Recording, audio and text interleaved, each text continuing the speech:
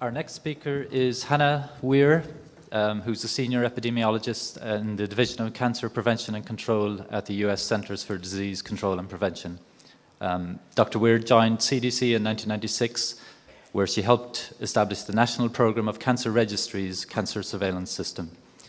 She's going to talk today on the impact of using SEER or IACR rules on multiple primaries in terms of relative survival analysis. Okay. Thanks, Paul. Thanks, David. Good morning, everyone. Before I get started, I just want to acknowledge the contribution of my co-authors, Chris Johnson and Trevor Thompson.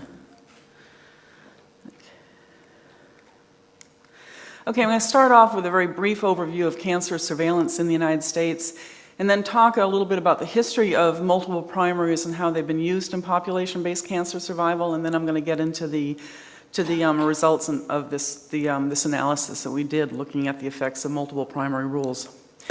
In the United States, each of the 50 states, the District of Columbia, and 2 territories, each has a cancer registry, a population-based cancer registry, that are either funded through the National Cancer Institute's SEER program, which I'm sure many of you are aware of, or through the Centers for Disease Control and Prevention's National Program of Cancer Registries.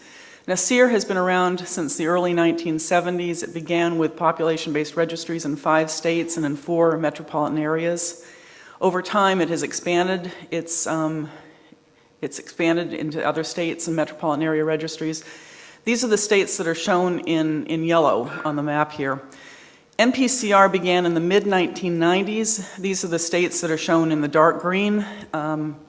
We fund 45 states, and then the states that are in the both yellow and green, these are states that get funding from both NPCR and from SEER. So we're fortunate now to have actually 100% coverage of the US population. Okay. SEER, in the 1970s, SEER developed coding rules that help differentiate a new multiple primary from a recurrent disease, recurrent cancer, or a metastatic cancer.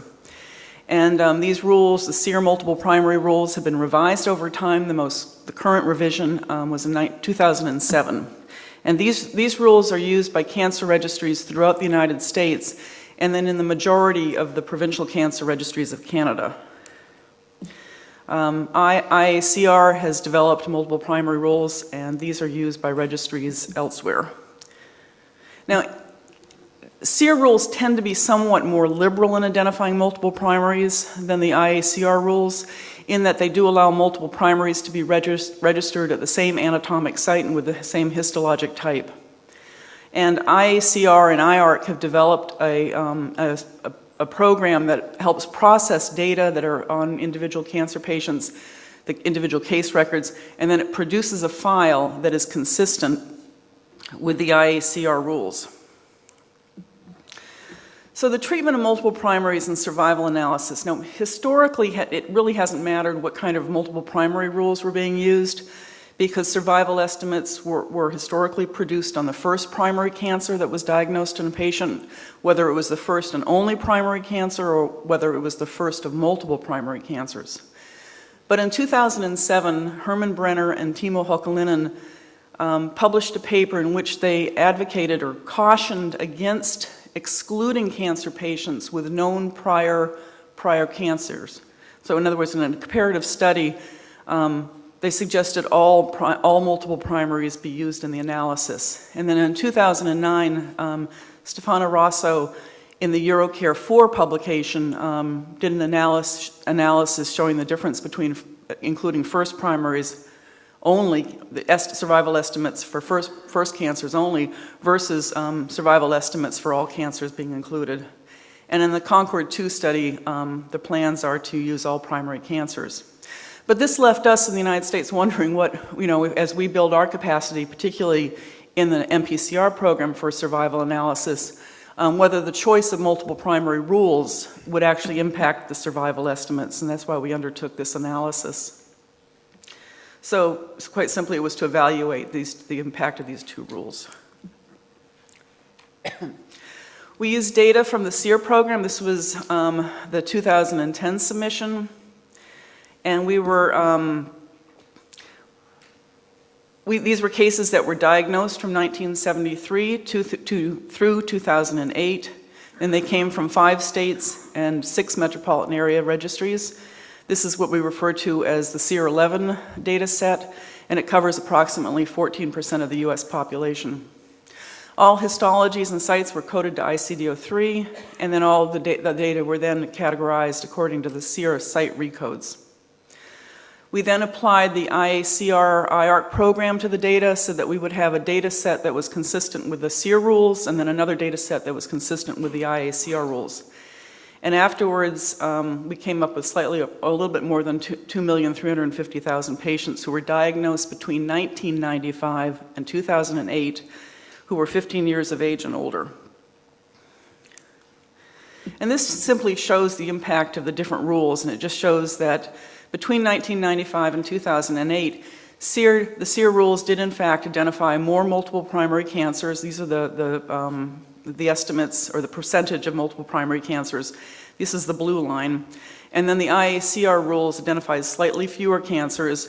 But what's to note here is that both in between this time period, according to the SEER rules, actually there was a 25% increase in the number of multiple primary cancers being reported and a 20% increase according to the IACR rules. So clearly, the impact of multiple primary rules is being felt in the sense that more and more cases are being registered as multiple primaries, both as survival estimate or survival following a diagnosis of cancer improves and patients remain at risk of developing a second cancer. This simply shows the case counts and the percentages of the first cancers. These are the ones, okay, these are the counts, these are the counts of the first cancers, and then the counts and the percentage of all primaries that are multiple primaries according first to the SEER rules and then into the IACR rules. And then this simply shows the differences in percentages. I'm identifying here the top cancers in males. The first cancer was, the biggest difference between SEER and IACR rules was for melanoma, followed by urinary bladder, kidney and renal pelvis, and so on. And then when we get to females, let's see, where am I? Similar results, except, similar results, except to note that female breast cancer is now the leading, is the largest discrepancies between the two multiple primary sets. Okay, when it came to doing the survival analysis, we had to exclude a further small percentage of cases, either because they were death certificate only cases or because they were alive with 0 survival time. We calculated age-standardized, sex-specific survival rates. We age-standardized them to the International Cancer Data Standards. And we identified a data set that was first primaries, and this is the first primaries according to the SEER rules. These are just first cancers. Then we had created a data set that was first and SEER multiple primaries. This is the SEER data set. And then the final data set was all primaries first plus those cancers that would have been identified through the IACR program. And we looked at just the differences between the estimates here. Okay, so I'm just showing the results for those cancers with which we identified differences in the percentage of multiple primaries between the two. This is for males. And just to note that, first off, for all sites combined, okay, these are all sites combined, it clearly shows that first cancers produce higher survival rates. They're more liberal, more higher survival rates than either the SEER data set or the IACR data set, but that the SEER and the SEER rules and the IACR rules really didn't have much of an impact in the survival estimates for males. The only time it did make a difference was for urinary bladder, in which the survival estimates for the IACR data, the estimate from the IACR data set was not contained within the confidence intervals for the SEER data set. And then we did the same thing for women, and again, breast cancer was again it shows the same pattern, that for estimates based on first cancers are higher than those based on estimates that include multiple primary rules, and this is consistent with what others have reported. But then the only difference between the SEER and the IACR rules was for female breast, where the SEER rules produced somewhat higher survival estimates than the IACR. Okay. This is just a graphical representation. Again, you can see here this is the first cancers, estimates based solely on first cancers, estimates based solely, based on the inclusion of multiple primaries, and there's a really very marginal difference between the choice of the rules. And then this was for female breast cancer.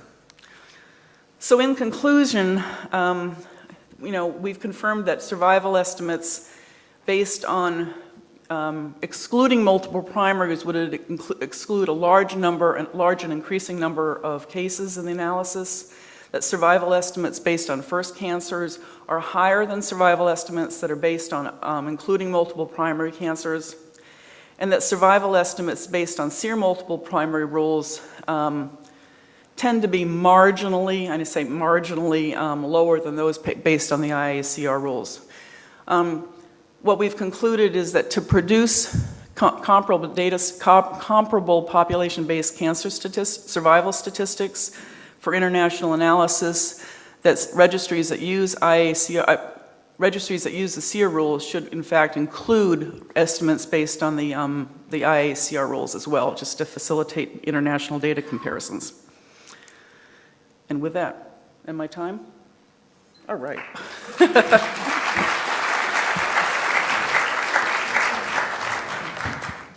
Okay, we've time for 2 or 3 quick questions. In the middle, Timo? Yeah, Hanna asked if I can ask some kind questions. She so much likes to have questions from me.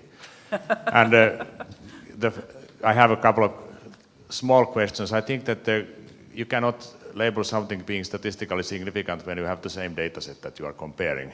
Right, yeah. And second thing is that it wonders, why did you exclude the 0 survival cases that were alive? Just a matter of principle. Should we include or exclude such cases from survival studies? I know that we have also such things, but they are dependent on the accuracy of recording this survival time. And it's quite allowable to have 0 survival times in survival analysis. Although there are like program softwares like Starter that doesn't allow this kind of.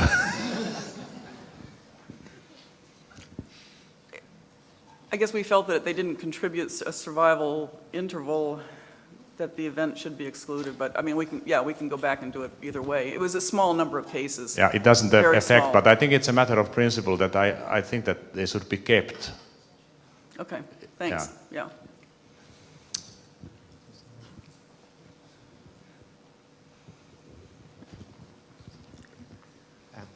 I noticed on your first slide that consider incidence with 2 different rules. Between 2005 and 2006, there is a hook, a sort of hook, due to some classification artifacts. So maybe from some strange classification. The first one was. And the other question is, I don't remember if SEER rules include synchronous or exclude synchronous multiple primaries. We did include synchronous cancers. Yeah. Is this the slide you're talking about? Yes, this one. I'm thinking of that. This is around the time period in which breast cancer incidence fell in the United States. This is for all sites combined, both sexes combined, and there was a drop off in female breast cancers around this period of time. So that could be impacting this rule, unless Brenda or someone from the SEER program has a different interpretation. I think it will be complicated. There are many factors changing. In 2000, yeah, around that 2000, early 2000s, yeah, we went into a different. there's a couple of things. Okay. Okay, one last question from Michelle. Hannah, thanks. Very nice presentation. Just to follow up on the point that Timo made about zero survival, I agree with him, of course, that one should include such cases.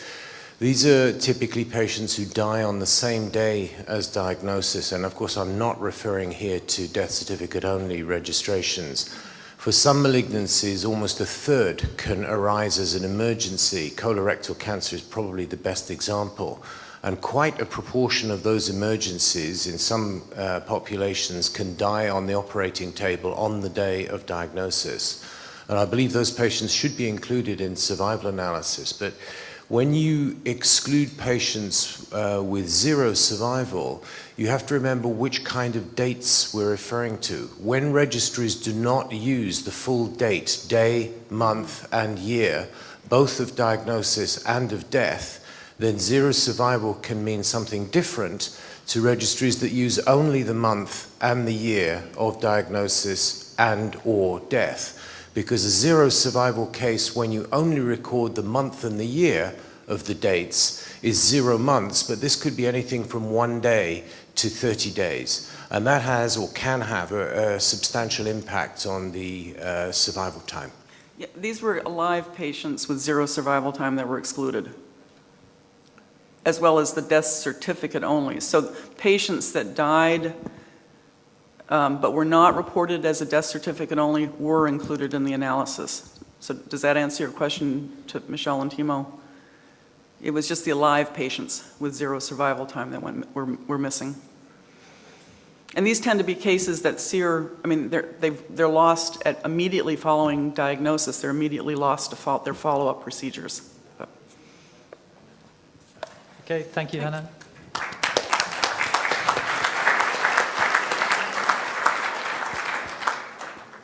Our next speaker is Paul Lambert, who's a biostatistician based at the University of Leicester, UK, and Karolinska Institute, Sweden. Paul has developed and applied a number of statistical methods for use with population-based cancer data and has particular interest in relative survival modeling, among other things. Okay, and thank you for the introduction. So I'm going to be talking about a measure of cancer survival, which is not actually used that much, and I'm going to sort of look at reasons why and how we can actually report it. And I'd like to acknowledge my co-authors, in particular Therese Anderson, who's doing this work as part of her PhD studies in Sweden. Okay, I'm going to start with a graph. This is a survival curve. So along the x-axis, we have time from diagnosis of some cancer. This is just a hypothetical example I'm going to use to illustrate a point. And on the y-axis, we have the survival proportion, so the proportion alive. Now, if we calculate the area under survival curve, we get the mean survival. So we get the expected survival. So in this case, this shaded area gives a mean survival of 10.6 years. Now, what we often want to do with cancer survival is to compare to the survival we'd expect within a similar group within the general population. So this blue line represents the expected survival in a similar population where we get from the population life tables as a comparator.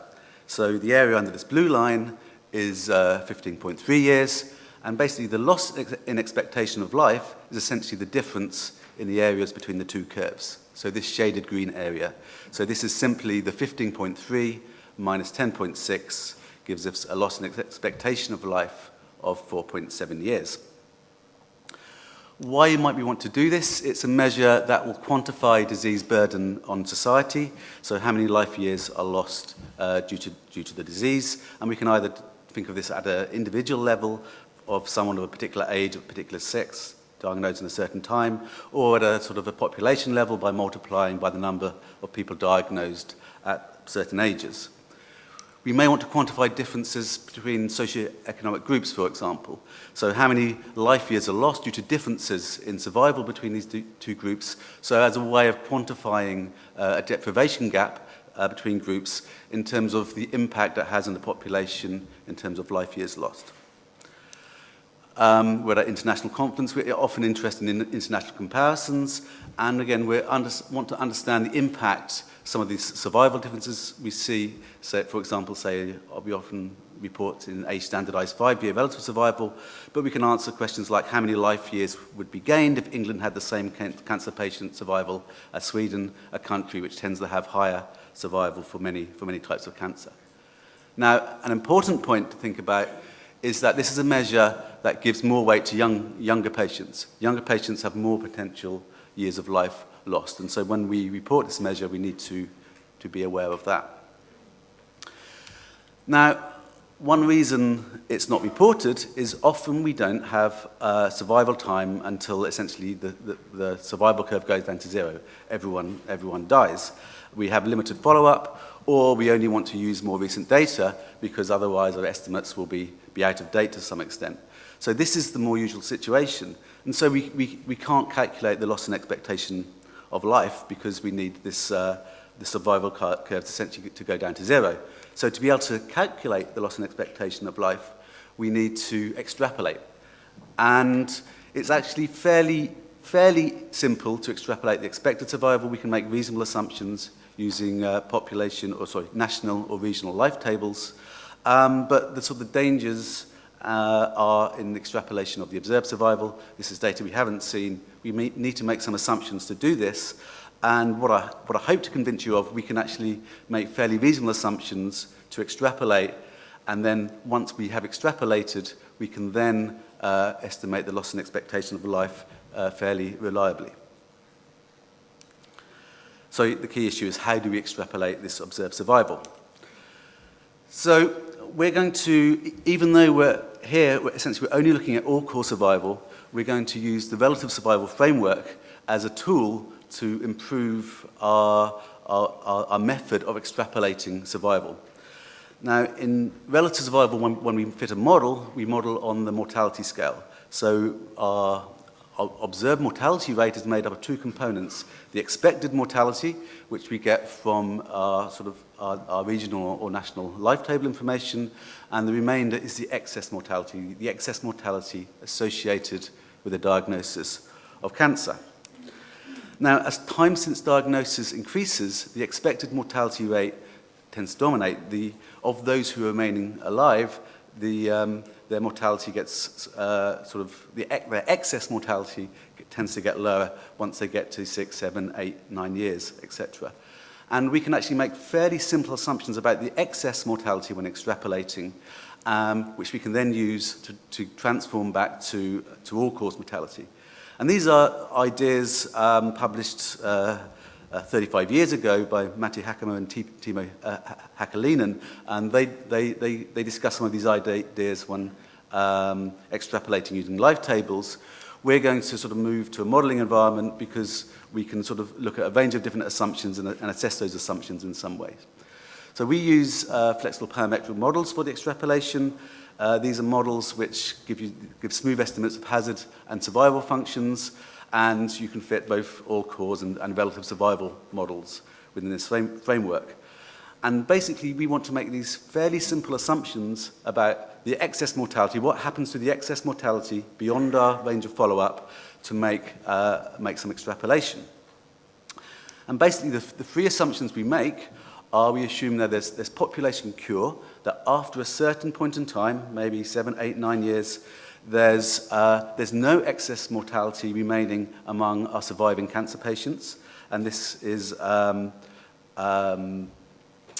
applicable to a range of cancers. Or we can assume that after a certain amount of time, there's a constant excess mortality. So of the remaining patients who are still alive, there's still an excess mortality, but it's stabilized to a constant value. Or we can actually use an estimate directly from the model. The model actually estimates a linear function of log time at the end of follow-up, and we can use this to extrapolate. So our aim is to evaluate this method. So we're using data from Sweden. We look at a range of cancer sites. And in fact, we're using quite old data. The reason for this is we want to evaluate how well the extrapolation works. So we're happy that we can then go on to calculate the loss in expectation of life. So we're basically going to go back in time and pretend it's 1970, We're going to use the methods to extrapolate, but because we're using old data, we can then compare our extrapolated results to what actually happened. So this is an example using colon cancer in a age 60 to 69 age group in males. This is our observed survival to the end of follow-up, and this is what actually happened. So we want our extrapolated methods to agree with this. This is what happens if we extrapolate all-cause survival. It tends to overestimate the survival curve, and therefore we would get biased estimates. However, when extrapolating the relative survival, again, this is from the linear trend, we get reasonable agreement.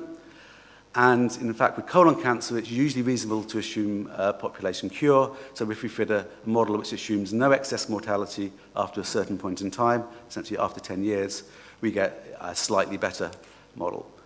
So in terms the area under the curve, the mean survival is actually 5.3 years. The two methods of extrapolation by the red and the yellow line using the relative survival model actually gives pretty good estimates. This is an example for breast cancer. Again, all cause tend to give a poor estimate, and in this case, the cure model gives a poor estimate, and basically population cure is usually a pretty bad assumption with breast cancer data because there tends to be a long-term excess mortality.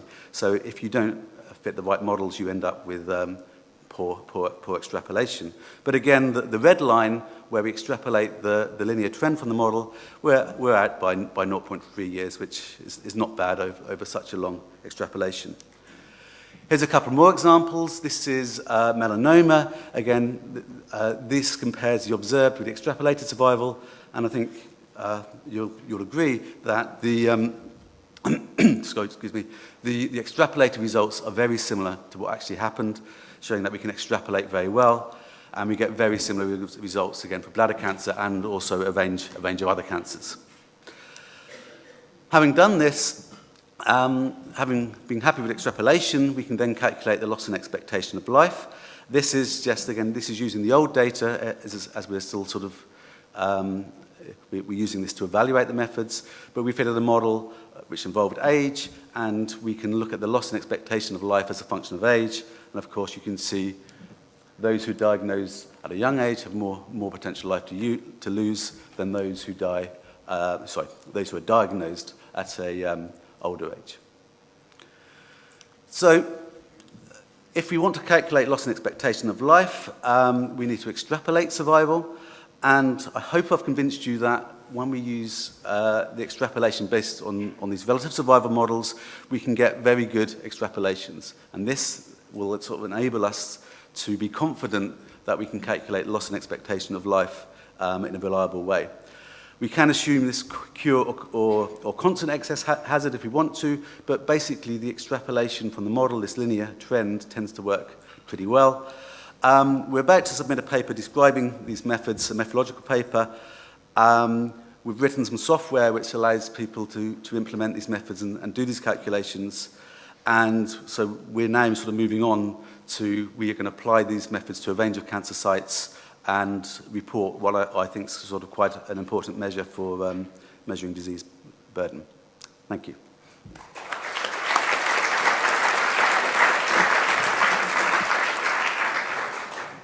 Okay, we have time for a couple of quick questions. Brenda?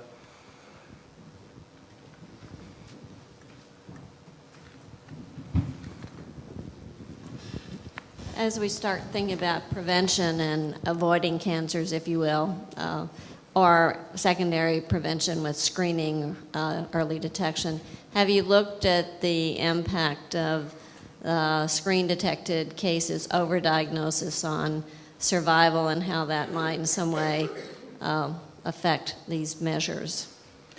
Well, to be honest, I haven't thought in detail about that, but I mean, like any measure, any measures of survival are potentially biased by the people we include, and there's obviously impacts of screening in terms of lead time when we look at survival. So this doesn't get around any of those problems, but those problems obviously apply to any survival measure we would want to look at. Okay. Timo?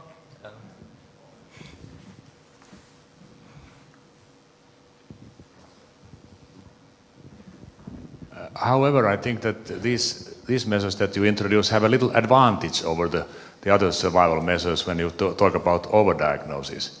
If you think that the overdiagnosis means that you are diagnosing people as if they had cancer that actually don't have cancer, then you would think that, all right, those people wouldn't lose any life.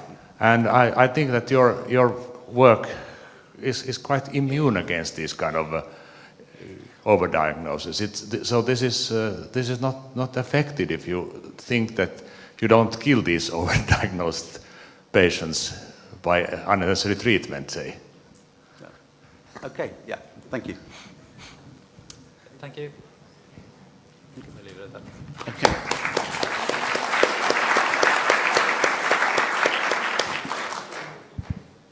Okay, well, I'd like to thank all four speakers in that session for keeping to time. Thank you very much. It's now my duty to introduce our keynote speaker for this morning, and it gives me enormous pleasure to welcome Mary Gospodarovic to the podium. Mary is a world-renowned radiation oncologist. She has practiced her trade largely in North America, in Toronto, where she has been based largely at the Princess Margaret Hospital and associated with the University of Toronto. And she's had an outstandingly successful career as a clinician and as a radiation oncologist. And she has been the author of many, many papers involving clinical trials of radiation oncology and involving surveying and looking at the impacts and effects of oncology on cancer patients. And I'm sure we would welcome Mary here in that capacity alone. However, she was in August elected as the new president of the International Union for Cancer Control.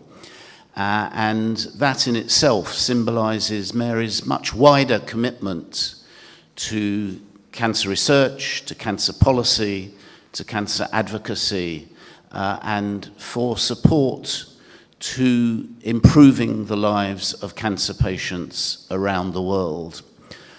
Mary has been tireless in the period that I've known her in her advocacy roles, and she has been a great defender and champion of all aspects of cancer research and cancer policy development.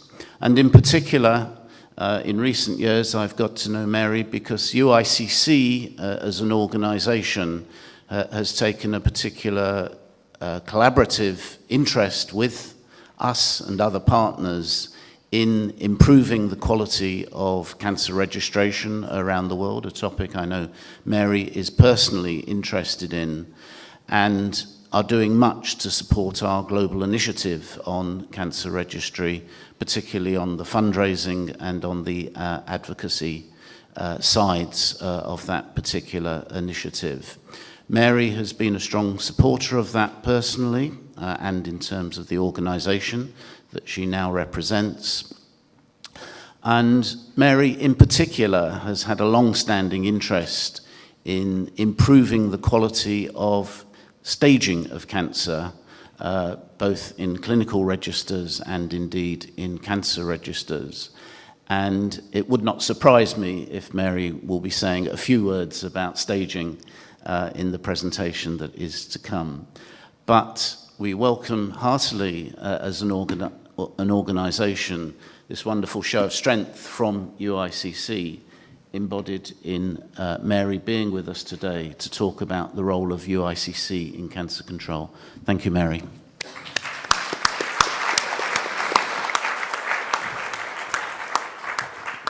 Well, thank you, David. I'm not used to these introductions like that. You could be my agent anytime. So I was asked to talk to you today about mainly UICC, but as David says, also a bit about my interest in cancer staging. So UICC is an independent nonprofit NGO with now over 700 cancer organizations in actually over 150 countries. And the membership of UICC is very, very eclectic and very wide. And we recently sort of grouped it in sectors. So the first one is professional sectors, so cancer professionals, and because it's organizational membership, so professional organizations, ASCO, ESMO, ESTRO, institutes, cancer institutes around the world. The second big sector is that of cancer control and public health. In my own jurisdiction, Cancer Care Ontario is a member, for example. The third huge sector is advocacy and volunteer organizations, ranging from very small organizations to huge organizations such as American Cancer Society. And the fourth sector, which is growing but still small, is the patient and survivor support networks organizations, ranging from the large ones to the very, very small ones that belong to UICC. All sectors have the same common purpose, and that's a purpose of cancer control. UICC's vision is of a world where cancer is eliminated as a major life-threatening disease for future generations. That does not mean no cancer in the future. There will be cancer in the future, but hopefully with improved detection, early diagnosis, and treatment, it won't have the same impact as it has today. UICC's activities are guided by World Cancer Declaration that was adopted a few years ago that actually started with the Charter of Paris, and I don't expect you to read all of this, just to sort of point out to number 2, the measurement of the global cancer burden and the impact of cancer control interventions. So there is no doubt the UICC is very strongly interested in cancer registration and knowing the full impact of cancer. The challenges of cancer, I'm sure I don't really need to reiterate to this audience, but it's worthwhile to remind ourselves. Very often if you go to cancer congresses, people will reiterate again and again what the problem is. We know what the problem is, and I'm going to talk about what we know what the problem is, we know what needs to be done, and we have the resources. So you know the data better than anybody else. Part of the interest of UICC is the fact that there's going to be growth in cancer cases as being predicted, and that growth is likely to happen mostly in low and middle income countries that are poorly equipped to handle the growth in number of cancer cases in the world.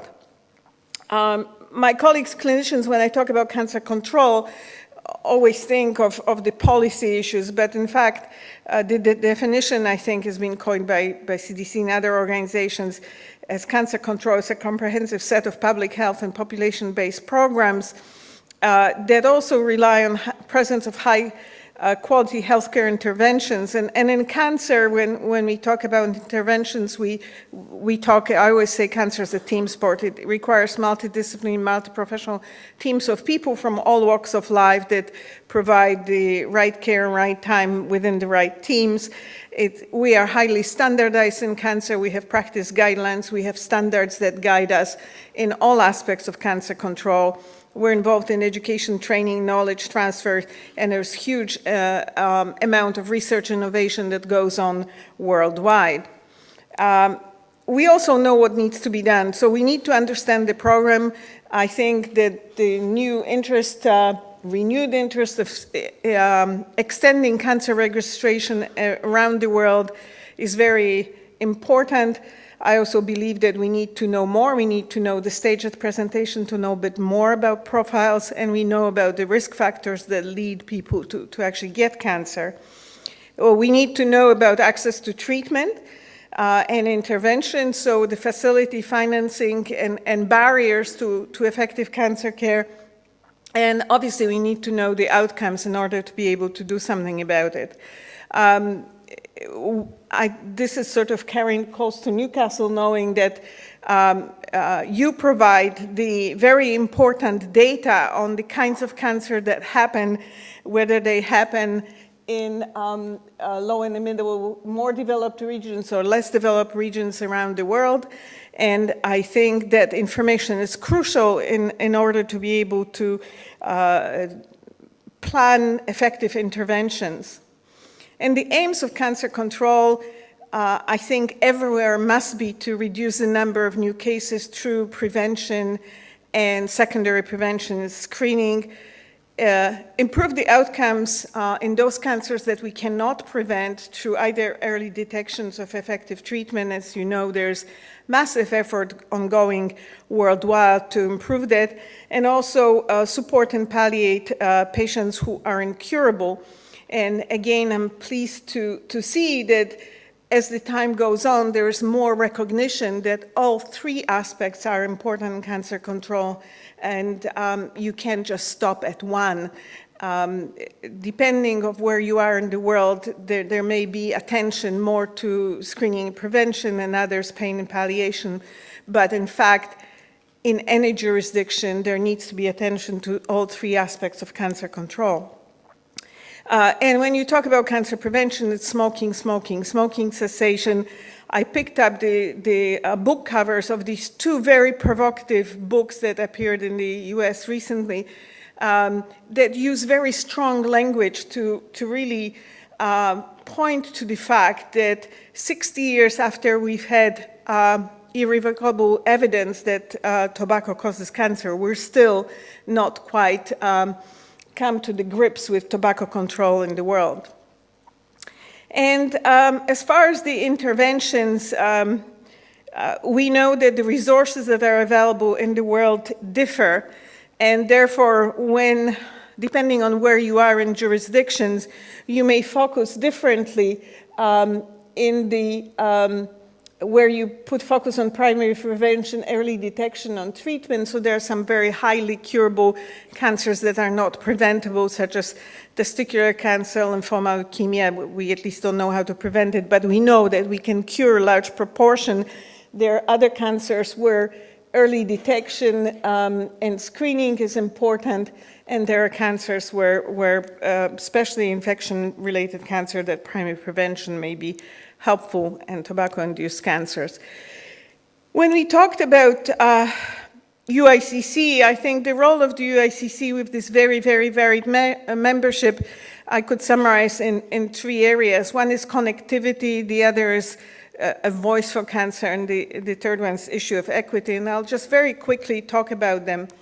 So about connectivity, I think that being a very large and very varied organization of organizations, you can predict that we don't connect very well, and that even our members don't know each other, and transfer of knowledge and focus is important. And when I talk about connectivity, it's not only between various sectors in the UICC membership that can all talk together, so cancer control sector talking to academic sector, talking to volunteer and advocacy, but also with implementation sector.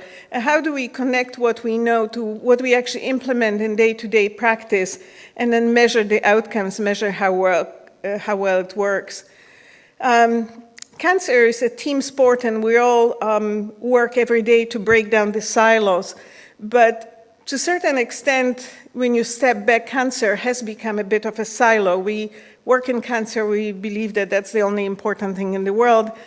But the patients have more than cancer. So UICC has recently, because of the high-level United Nations Summit, created together with other worldwide organizations, so-called NCD, Non-Communicable Disease Alliance, so World Heart Organization, World Diabetes, Lung, UICC, people involved in mental health have pulled together to form NCD Alliance to actually talk about chronic disease burden in the world and see whether there could be connectivity between the various disease groups.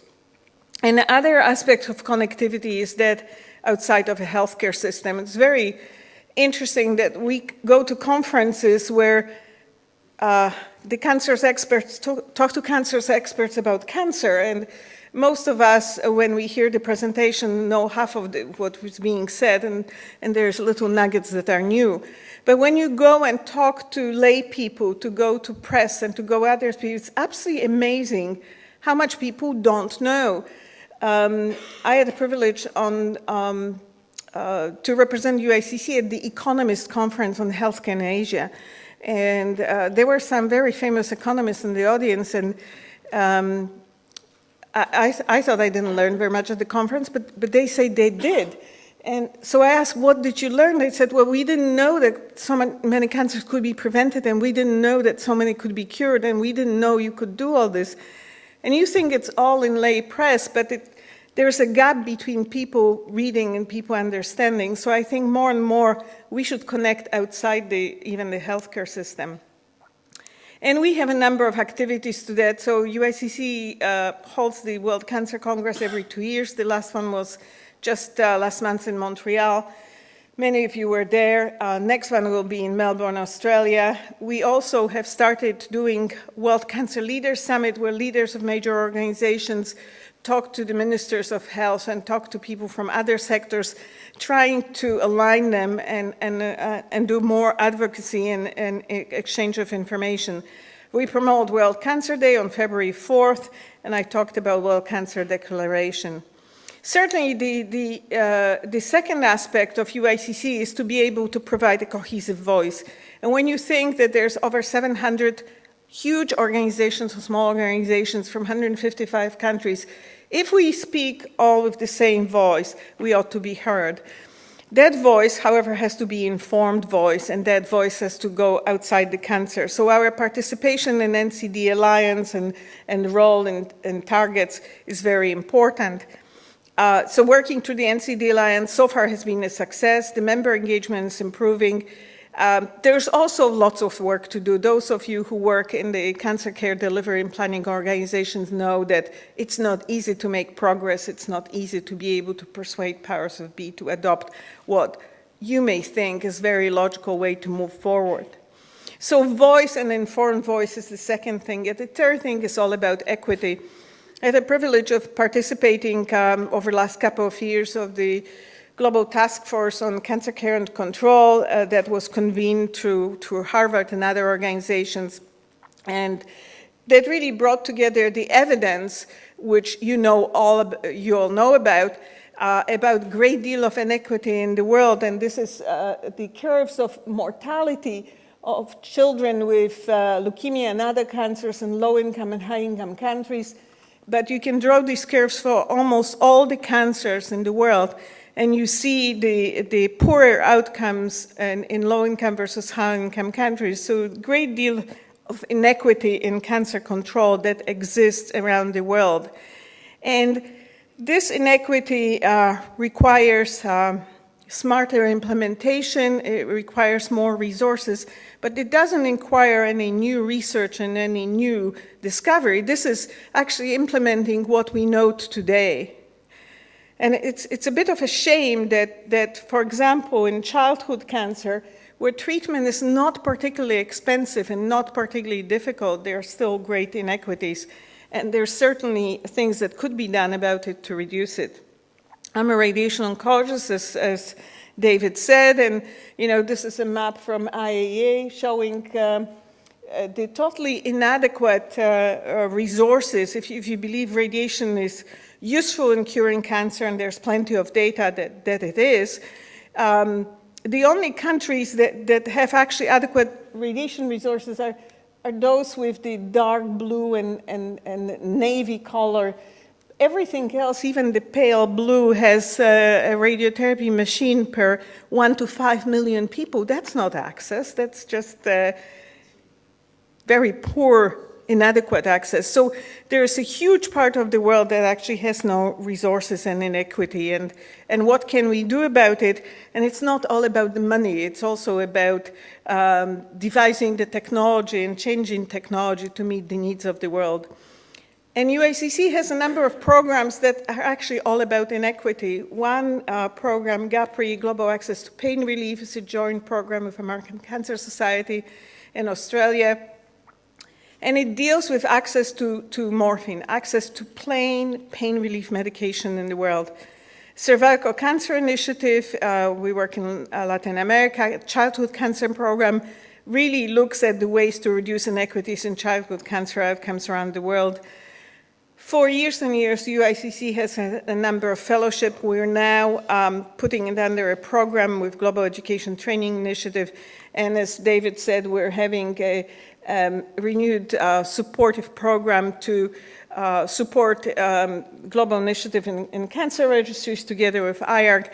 And as you know, we've had a long-standing interest at UICC in cancer staging and classification, and we'll talk about how we can align those. These programs are run out of our Geneva office. Carrie Adams is our CEO, and Julie Tarod, who is here today, is a deputy CEO, and they're very ably run a number of professionals that connect this vast network of people around the world. Just a few words about staging classification. The TNM classification has been around now for close to 70 years. It was developed over the years. It didn't sort of come up overnight. It was developed in late 40s and 50s. And then in late 50s, in the US, AJCC created a separate classification. And then for almost 20 years, there were two TNM classifications in the world that were quite different.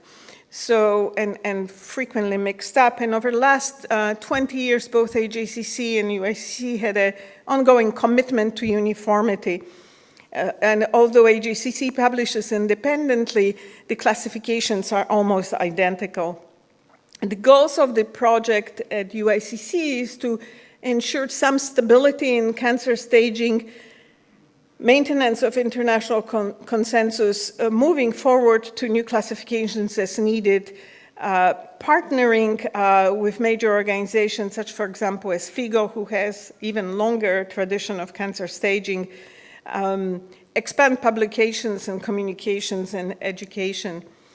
There's a lot of misconception about staging, and we are dealing with them today because sometimes you take something for granted over the years and then you sort of go off the road and find out that people sort of don't understand. And one misunderstanding is that the stage should fully reflect prognosis. Well, it doesn't. You know, there's types of cancer, there's molecular characteristics of cancer. So this is what disease you have. Staging is more how much and how extensive you have. And we're working on clarifying that. We know that in order for the classification to be used, you need championship of opinion experts. So we have a number of expert panels per disease site that evaluate the classifications and provide feedback for us.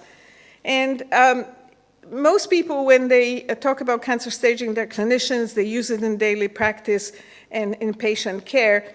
But people often don't realize that staging provides a very good and essential role in cancer research. There's no doubt that you don't see any clinical trials protocol that doesn't mention the stage of disease because the interventions are planned for subgroups of patients.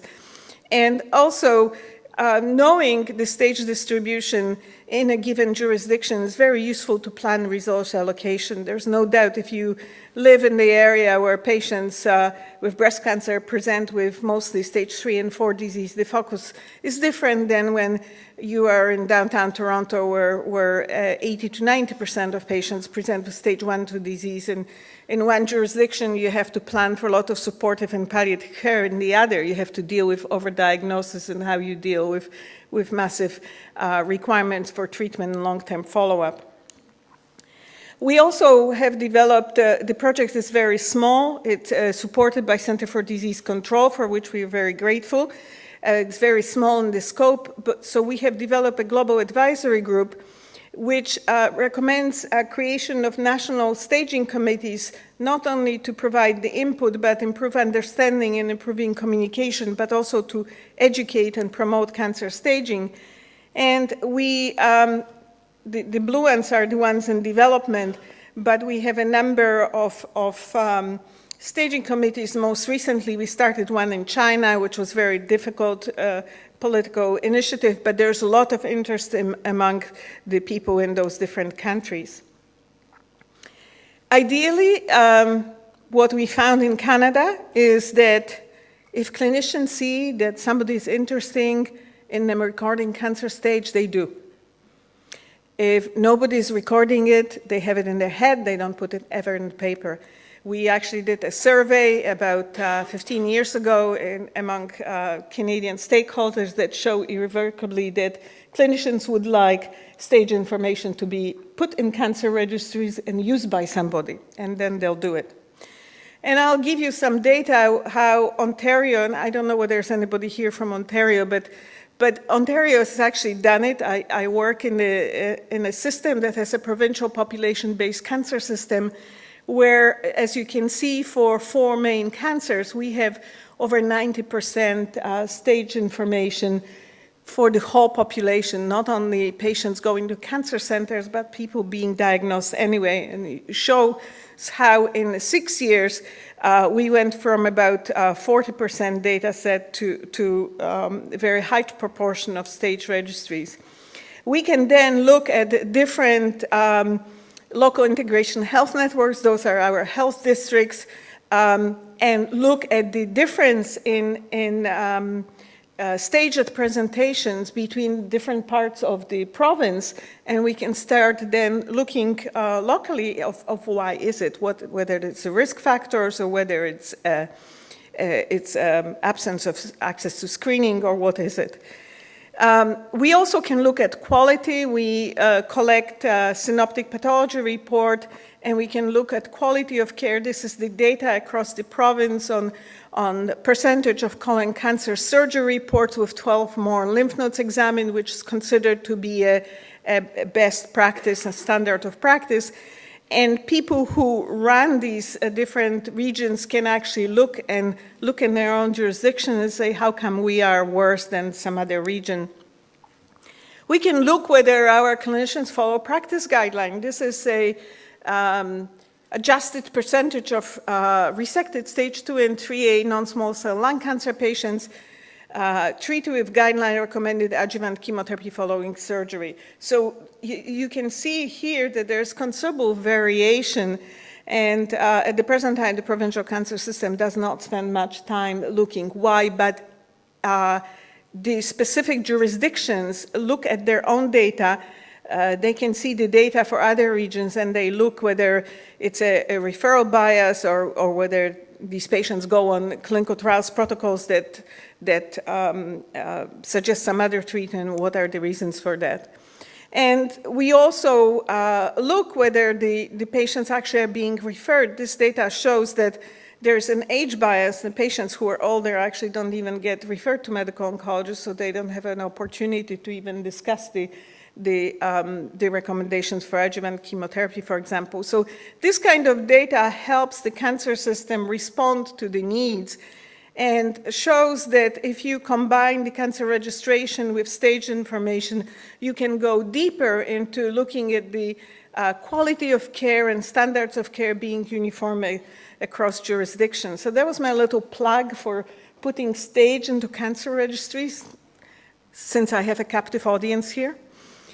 So in summary, I wanted to show you that cancer control requires a large number of coordinated interventions to close existing gaps and achieve optimal results.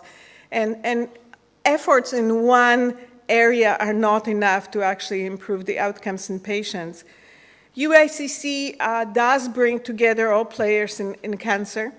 And in fact, there's been ongoing efforts to increase our membership, because together our voice will be stronger, and hopefully the powers that be and people with decision-making capacity will listen. We believe that cancer registration is fundamental to understanding and monitoring the problem of cancer in the world. And there's no doubt there's very few meetings now that don't draw on the data from SEER, from IARC, from CDC, from other jurisdictions, from European cancer registries, from Asia, that really inform the problem. And I believe that cancer staging improved the understanding and monitoring of quality of care, and we should be trying to figure out how to do it more comprehensively. With that, thank you very much. This is the Geneva. I don't live there, but from time to time I work there. The office is on somewhere there, right, Julie? And so if you ever are in Geneva, you're welcome to visit. I'm sure that Julie Torod and the staff will inform you. Thank you very much.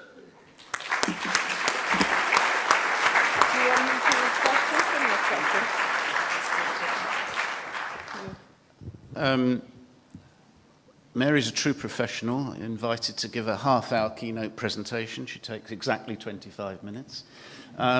There is time for just a couple of very quick questions, if Mary's happy to entertain those.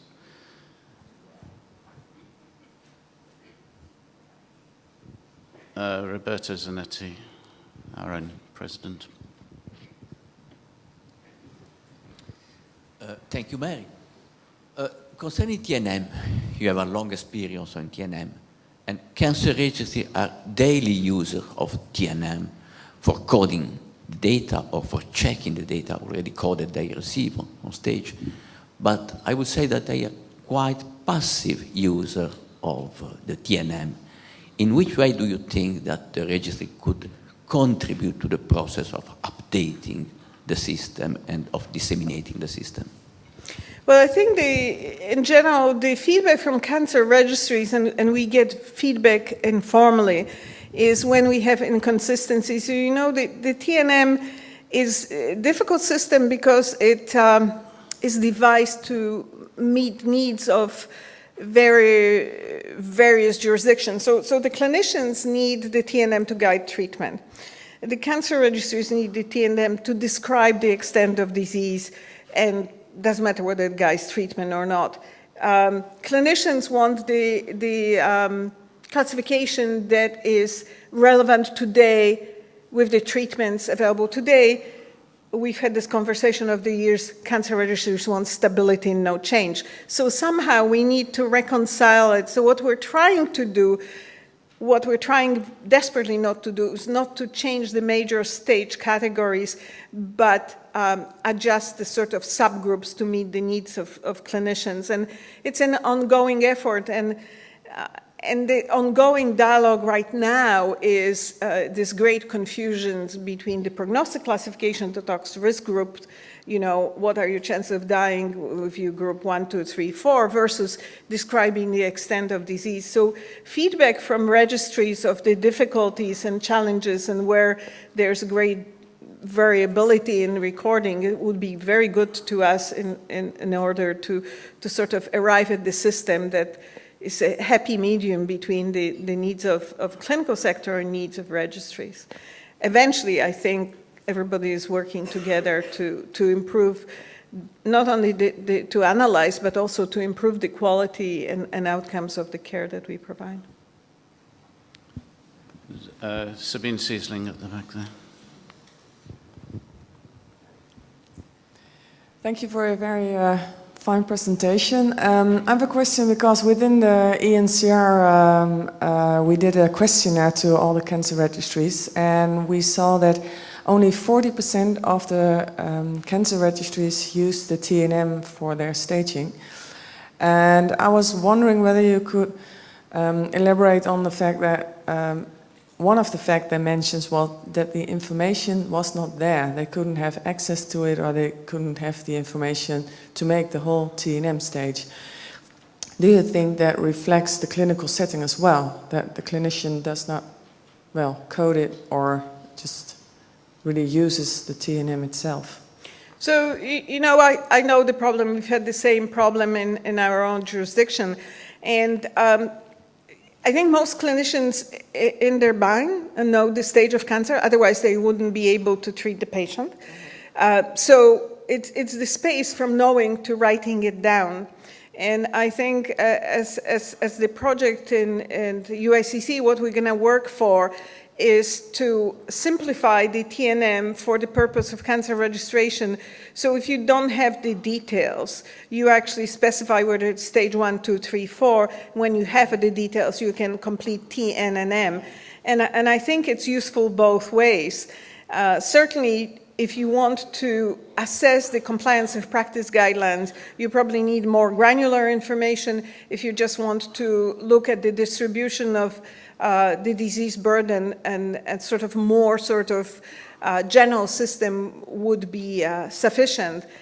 And to improve that, I actually think it would be better to bring the two sectors together, the cancer registration and the clinical physicians who treat cancer and pathologists who describe the extent of disease. And that's what we've tried to do in Ontario, is in fact bring it closer together and report the database back to clinicians. So what we found is reporting back actually improves recording. So this communication, but it's difficult. I can see both Michelle Coleman and Hans Storm. Very quick questions, both, please. Oh, Michelle seems to be deferring to Hans.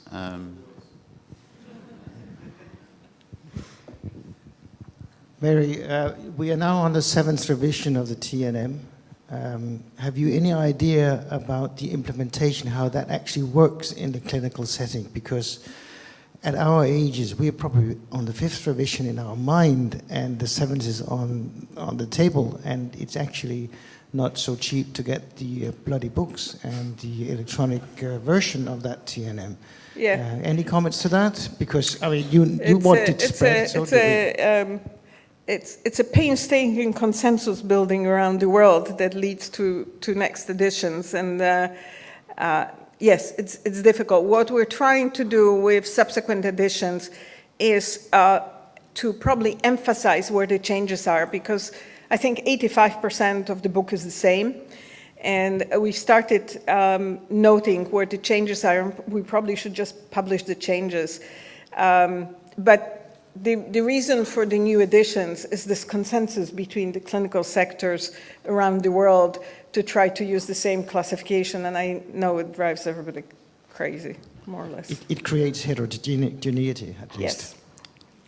Okay, I'm going to draw the session to a finish now. Thank you so much, Mary. I know you had a very busy schedule to get there.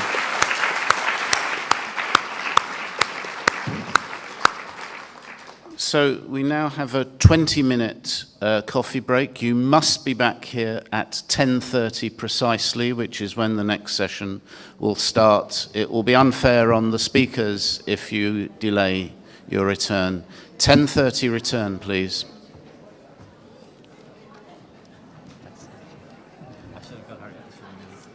Don't worry, that's fine.